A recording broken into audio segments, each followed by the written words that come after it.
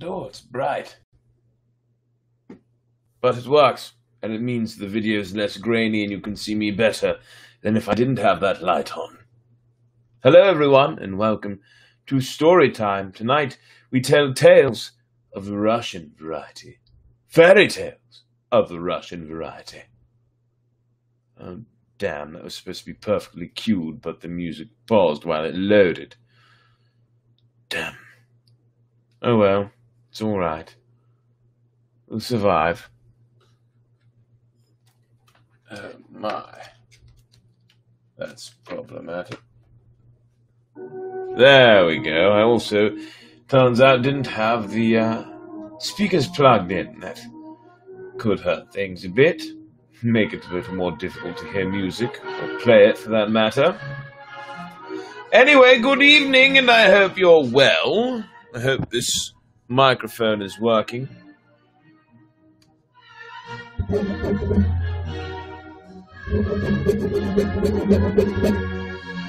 I'm sure you can hear that. Yes, probably, most likely. Anyway, find me on Facebook, easy enough, Brett Piccone. You can also find the group Storytime, 2 words, exclamation point at the end. I see Crystal has joined us. Huzzah!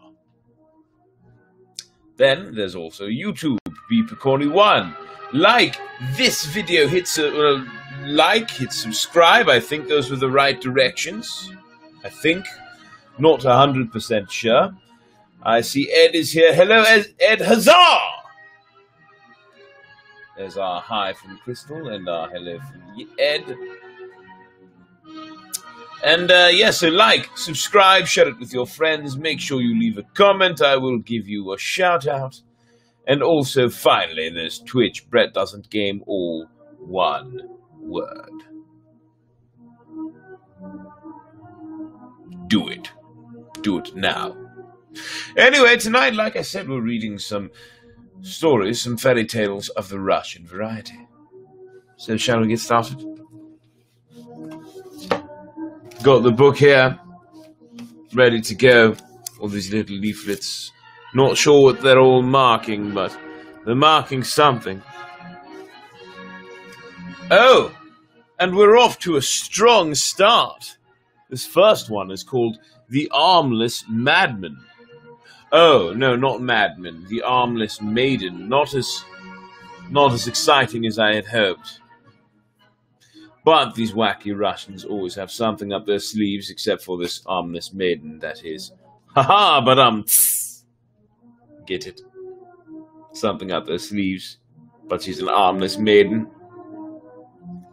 Anyway, moving forth, shall we? Certain kingdom not in our land, there lived a wealthy merchant. He had 2 children, a son and a daughter. The father and mother died. The brother said to the sister, "Let us leave this town, little sister. I will rent a shop and trade and find lodgings for you. We will live together." Boo! What do you mean, boo? They went to another province. When they came there, the brother inscribed himself in the merchant's guild and rented a shop of wooden cloths. The brother decided to marry and took a sorceress to wife. One day he went to trade in his shop and said to his sister, "Keep order in the house, sister." The wife felt offended because he said this to his sister. To revenge herself, she broke all the furniture and when her husband came back, she said and met him and said, "See what a sister you have. She has broken all the furniture in the house. Too bad, but we can get some new things," said the husband. And Crystal, to be clear, I know it wasn't a great part, but it actually wasn't on purpose. It really wasn't, I swear. That's why I pointed it out, because I had to remind myself that I had just did that on the fly without meaning to. So, it is what it is. The next day, when leaving for his shop, he said farewell to his wife and his sister and said to his sister, "Please, little sister, see to it that everything in the house is kept as well as possible." The wife bided her time, went to the stables, and cut off the head of her husband's favorite horse with a saber She awaited him on the porch. "See what a sister you have," she said. "She has cut off the head of your favorite horse." "Ah, let the dogs eat what is theirs," answered the husband. "So he's got a shit wife." Tell me if you disagree, but he's got a shit wife. That's a terrible wife. And his sister's, not doing anything about this. "I see Mum has joined us. Huzzah! And Amber has joined us. Huzzah!"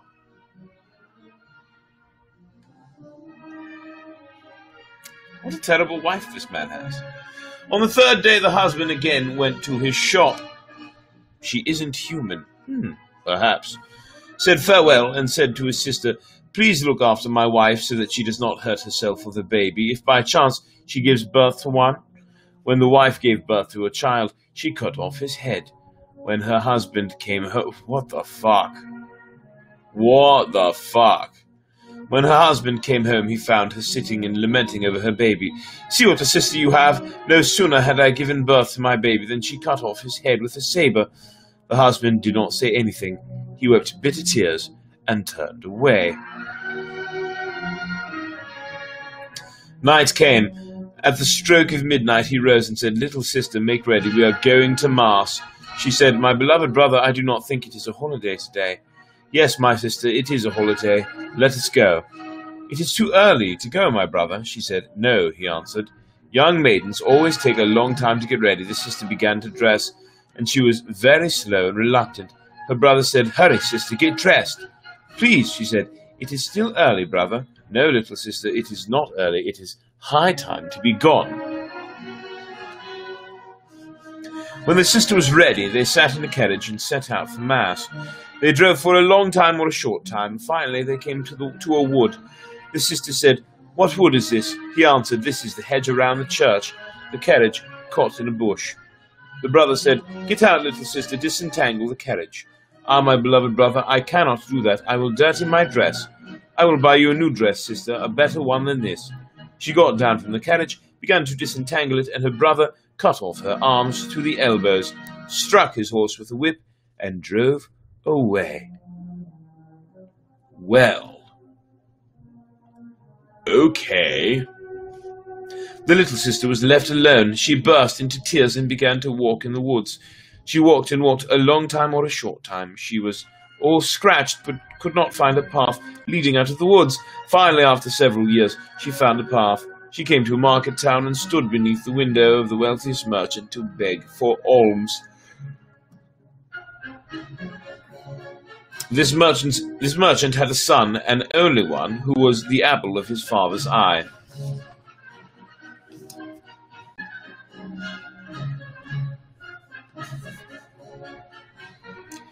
BBIAF. Does that stand for Big Butts in a Fury?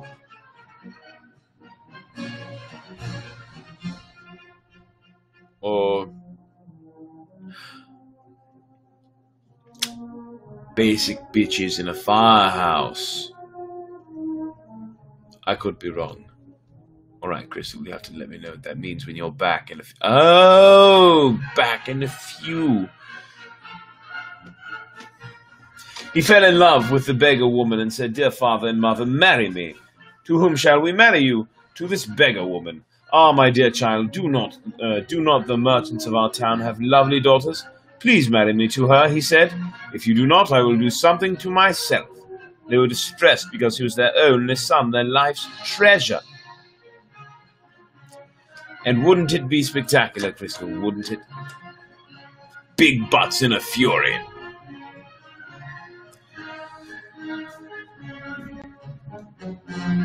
They gathered all the merchants and clerics and asked them to judge the matter. Should they marry their son to the beggar woman or not? The priest said, "Such must be his fate, and God gives your son his sanction to marry the beggar woman." So the son lived with her for a year, and then another year. At the end of that time, he went to another province where her brother had his shop. When taking his leave, he said, "Dear father and mother, do not abandon my wife. As soon as she gives birth to a child, write to me that very hour." 2 or 3 months after the son left, his wife gave birth to a child. His arms were golden up to the elbows. His sides were studded with stars. There was a bright moon on his forehead and a radiant sun near his heart. Yes, basic bitches in a firehouse. Glad you like that one, Ed. The grandparents were overjoyed and at once wrote their beloved son a letter. They dispatched an old man with this note in all haste. Meanwhile, the wicked sister-in-law had learned about all this and invited the old messenger into her home. "Come in, little father," she said, "and take a rest." "No, I have no time. I am bringing an urgent message." "Come in, little father, take a rest. Have something to eat." She sat him down to dinner, took his bag, found the letter in it, read it, tore it into little pieces, and wrote another letter instead. "Your wife," it says, "has given birth to a half-dog and half-bear that she conceived with breasts in the woods. With beasts in the woods. Sorry. Beasts in the woods."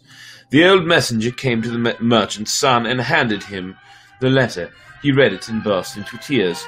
He wrote in answer, asking that his son be not molested till he returned. "When I come back," he said, "I will see what kind of baby it is." The sorceress again invited the old messenger into her house. "Come in, sit down, take a rest," she said.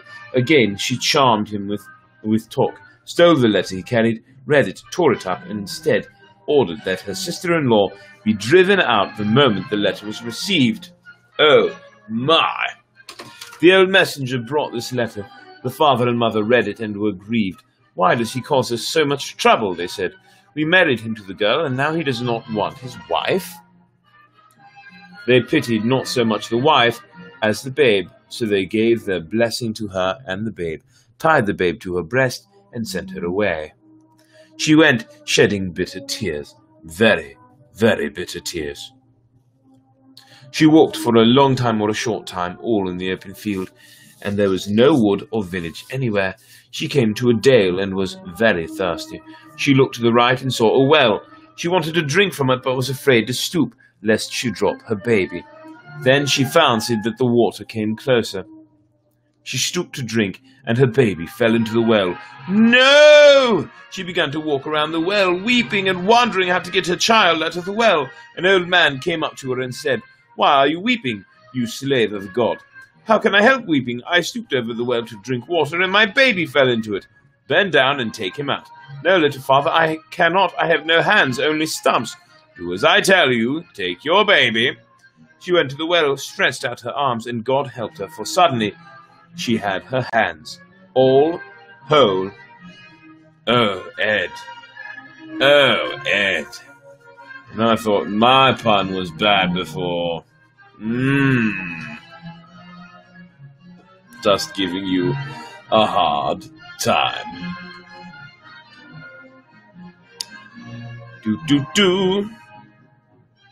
Ah, yes, she bent down, pulled her baby out, and began to give thanks to God, bowing to all four sides.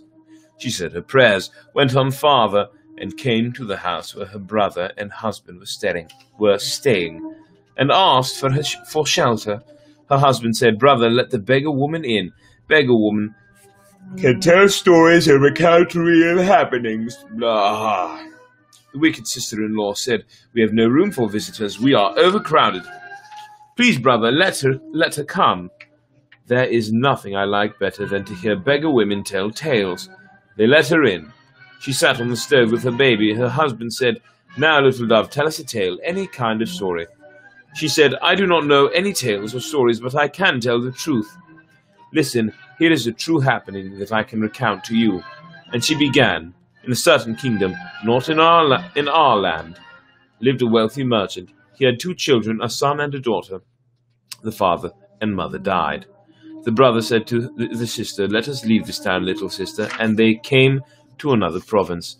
The brother inscribed himself in the merchant's guild and took a shop of woven cloth. He decided to marry and took a sorceress to wife. At this point, the sister-in-law muttered, "Why does she bore us with her stories, that hag?" But the husband said, Go on, little mother. I love such stories more than anything." And so, the beggar woman went on, the brother went to trade in his shop and said to his sister, "Keep order in the house, sister." The wife felt offended because he had said this to his sister, and out of spite broke all the furniture. And then she went on to tell how her brother took her to mass and cut off her hands, how she gave birth to a baby, how her sister-in-law lured the old messenger, and again the sister-in-law interrupted her, crying, "What gibberish she is telling!"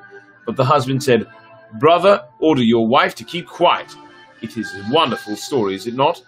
She came to the point when her husband wrote to his parents ordering that the baby be left in peace until his return, and the sister-in-law mumbled, "What nonsense!"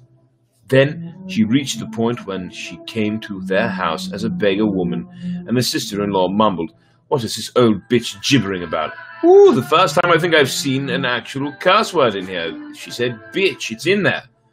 And the husband said, "Brother, order her to keep quiet. Why does she interrupt all the time?" Finally, she came to the point in the story when she was let in and began to tell the truth instead of a story.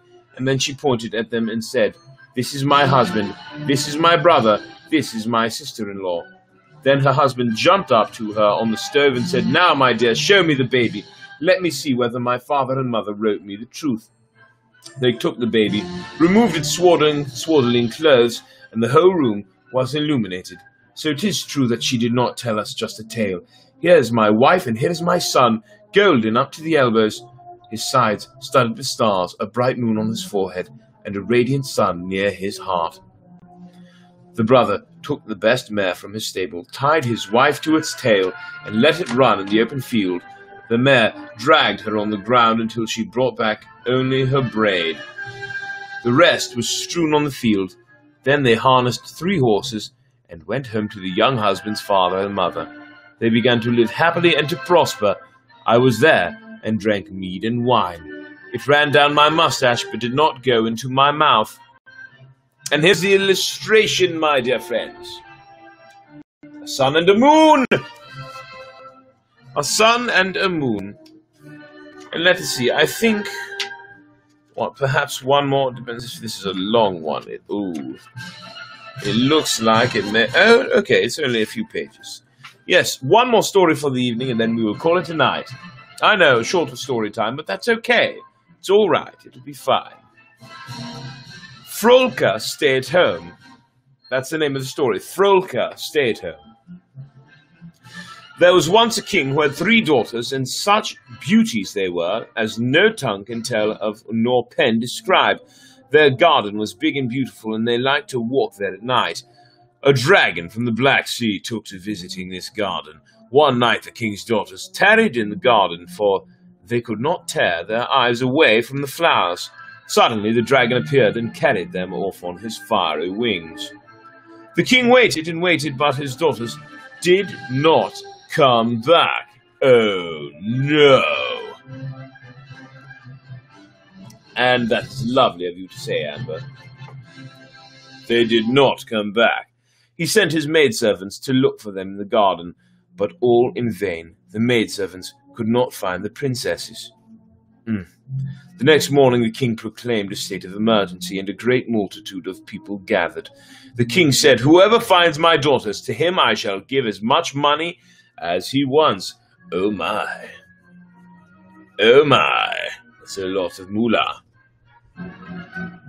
3 men agreed to undertake their task. This task. A soldier who was a drunkard, Frolka stayed at home, and Erema. So, yes, a soldier who was a drunkard, Frolka stayed at home, and Erema. And they set out to look for the princesses. But how can Frolka stay at home? Set out, if his name is Frolka, stay at home. You'd think he would stay at home. Regardless, they walked and walked till they came to a deep forest. As soon as they entered it, they were overwhelmed by drowsiness. Frolka stayed at home, drew a snuff box out of his pocket, tapped on it, opened it, shoved a pinch of tobacco into his nose, and cried, "Hey, brothers, let us not sleep, let us not rest, let us keep going." So they went on. Yes, they did. They walked and walked and finally came to an enormous house, and in that house was a 5-headed dragon. Whoa! For a long time they knocked at the gate, but no one answered. Then Frolka stayed home, pushed the soldier and Erema away, and said, "Let me try, brothers. He snuffed up some tobacco and gave such a knock at the gate that he smashed it. Whoa! He's so strong. I need a drink. Brandy it is. This is for my throat more than anything.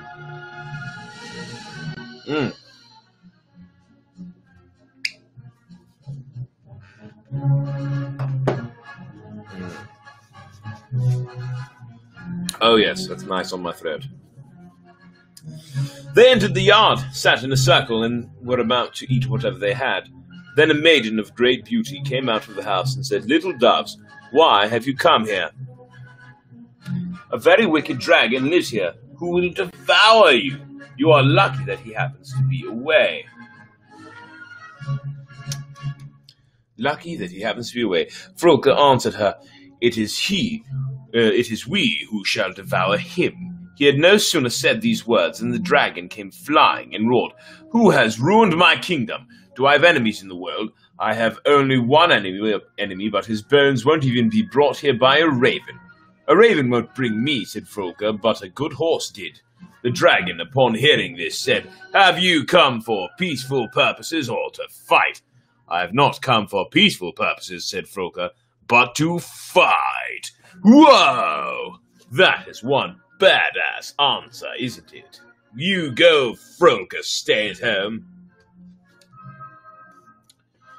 Fighting a dragon. They moved apart, faced each other, and clashed, and in one stroke Frolka cut off all the 5 heads of the dragon.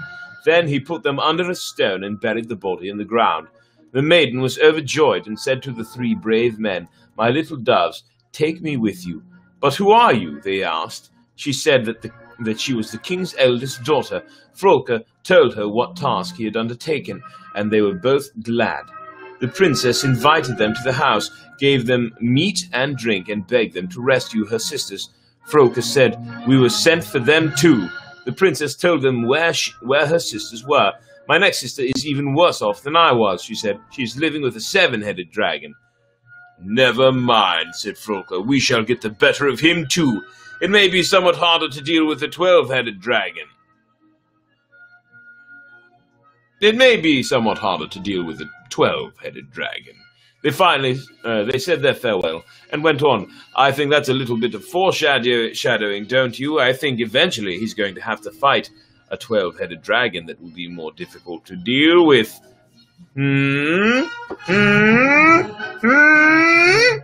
What do you think? I think that's probably what's going to happen. That's probably going to be what's going to happen. Yes. Moving forward. Finally, they came to the abode of the second sister.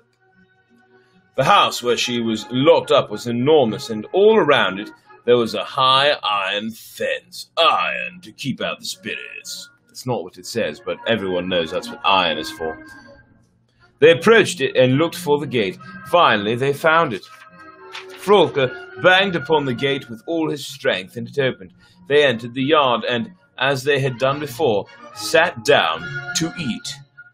Suddenly, the 7-headed dragon came flying. "I smell Russian breath here," he said. "Bah, it is you, Frolka, who have come here. What for?" "I know what for," answered Frolka. He began to fight with the dragon, and in one stroke cut off all 7 of his heads, put them under a stone, and buried the body in the ground. Then they entered the house. They passed through one room, a second, and a third, and in the fourth they found the king's second daughter sitting on a sofa. They told her why and how they had come there. She brightened, offered them food and drink, and begged them to rescue her youngest sister from the 12-headed dragon. Foreshadowing comes to fruition. Bum, bum, bum! Frolka said, "Of course, that is what we were sent for, but there is fear in my heart. Well, perhaps God will help me. Give us each another cup." Something tells me there's going to be a cup of blood that fills when he's fighting the dragon, like in some previous stories. We'll see, though. I could be wrong. They drank and left. They walked and walked till they came to a very steep ravine. On the other side of the ravine there stood enormous pillars instead of a gate, and on the pillars were chained 2 ferocious lions that roared so loudly that only Frolka remained standing on his feet. His 2 companions fell to the ground from fear. Frolka said to them, "I have seen worse terrors, and even then I was not frightened. Bah! Rah! Come with me," and they went on. Suddenly an old man who looked to be about 70 came out of the castle. He saw them, came to meet them, and said, "Whither are you going, my friends?" "To this castle," answered Frolka. "All my friends," said the old man. "You are going to an evil place. The 12-headed dragon lives in this castle. He's not at home now, else he would have devoured you at once. But he is the very one we have come to see," said Frolka. "If so," said the old man, "come with me, I will help you get to him." The old man went up to the lions and began to stroke them, and Frolka, with his companions, got through the courtyard. To the courtyard. Excuse me. For my throat, for my voice. One more little sippy poo of brandy. Really, I'd like some good whiskey, but it's okay.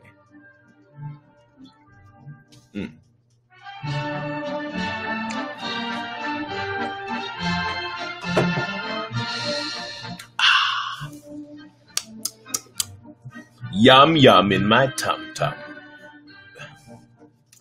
They entered the castle. The old man brought them to the room where the princess lived.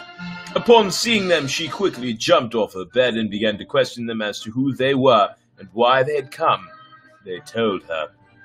The princess offered them food and drink and began to make ready to go. As they were preparing to leave the house, they suddenly saw the dragon flying at a vast distance from them. That's not too far, it's pretty close.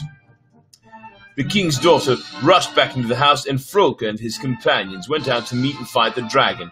At first the dragon attacked them with great force, but Frolka, a clever fellow, managed to defeat him, cut off all his 12 heads, and cast them into the ravine.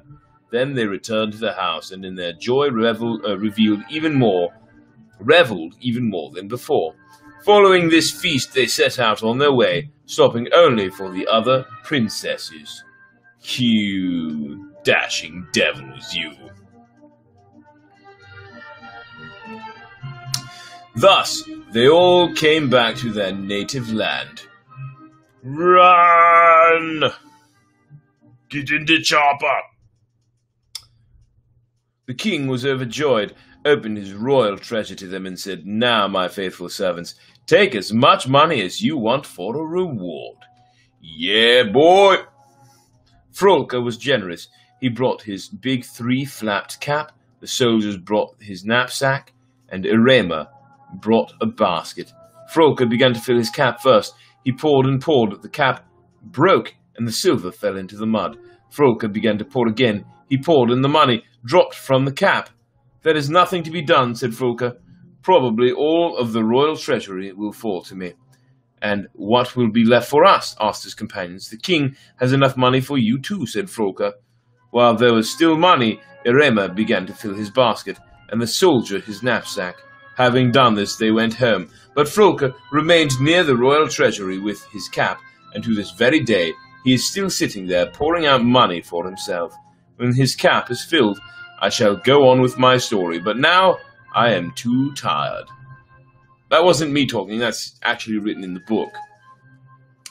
So, Frolka, oh Frolka, you're going to sit there and take money forever, for the rest of your life, instead of enjoying your wonderful princess wife. I mean, whatever, your prerogative, buddy. Either way, here's the illustration for the story. You can see those 3 brave warriors and the 5-headed dragon. Pretty nifty stuff. Very cool. Anyway, dear friends, that was the end of story time for the evening. I gave you 2 good long Russian fairy tales there. And I say, let us continue tomorrow night. It is a little late, and I think it's time for bed. I will probably be sleeping in, So, a good night to all of you. Yeah, thank you, Amber. Good night to you as well. Don't forget, Brett Picorni on Facebook. Storytime, 2 words, exclamation point at the end for the group on Facebook. On YouTube, B Picorni1. Make sure you subscribe. Hit that subscribe button. And, well, I mean, if you're watching this on YouTube, you already know. And you can already see it. But if you're not watching on YouTube, if you're on Twitch or Facebook, find me on YouTube. And subscribe, darn you. Subscribe, and hit like if you're watching this on YouTube. And make sure you share it with your friends. And make sure do that. And I thank you for the comments as well. And Twitch, Brett Doesn't Game, all one word. All right. Thank you. Thank you, all of you. Good night. Much love. Until next time, I bid you adieu. Tomorrow we resume with more fairy tales of the Russian variety.